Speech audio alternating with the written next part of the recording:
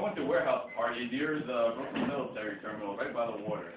I went by myself because I was trying to be cool, and I thought, I'd meet cool people and then we have a good time because that's what young people do.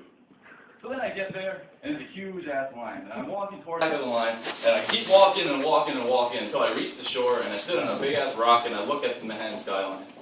And I'm sitting there for a few minutes, and the security guard comes by. And he asks what's up, and then, we just talk a bit, and it's pretty friendly, and then I jokingly ask him, like, are you patrolling the area to keep these kids in check? And he says no. He leans in and he says, I'm here because the factory a few blocks over, it's about to explode. And then he points out to the water, right, to the flashing sirens, to the emergency boats, and he says to me, you see those boats?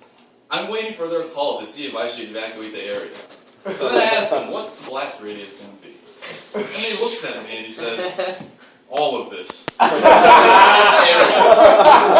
So then I'm sitting there on that big-ass fucking rock, and I'm staring out at the water, facing oblivion, facing my own mortality, and I'm thinking, if I died right now, would that be okay? Did I live a good life?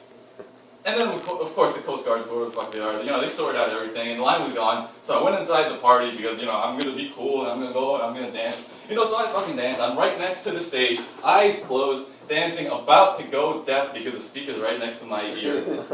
And then the saddest thing happened. And then I opened my eyes, and I see a group of people pointing at me and laughing. So I didn't stay very long. And then in October, I went to see Craig Ferguson at the Paley Center, and one thing he said really stuck with me. He said when he was younger, he used to always worry about being cool. And that made him terribly uncool, because, people will try to work, And as he got older, he stopped giving a shit, and he just grew into himself, and, became a louder version with his wit and his charm, and then, everything turned out good. And then he says to the audience, he says, when I stopped trying to be cool, I was cool.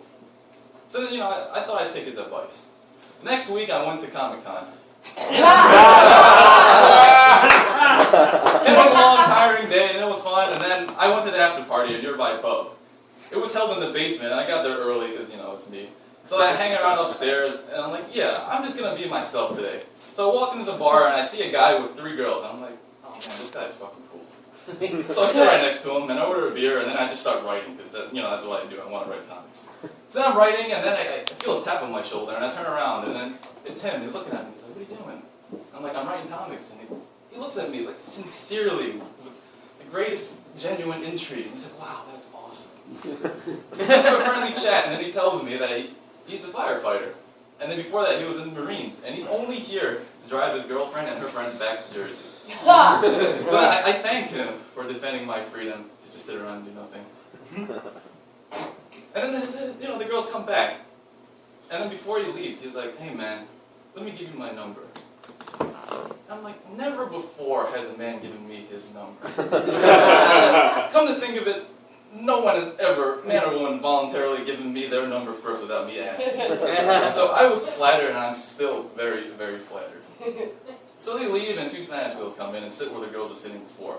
They flash me a look, and I look at them, and I smile, and I look back down, and I keep writing. Because, I'm being myself, I'm not trying to be cool. So then I'm writing, and I feel a poke on my shoulder, and I turn around, and it's a middle-aged black woman. She's like, what are you writing? And I'm like, I'm writing comics. And she's like, she gets excited, her eyes light up, and then she says, my ex-boyfriend used to sell comics on the street.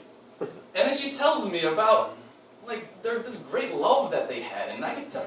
Oh. Yeah!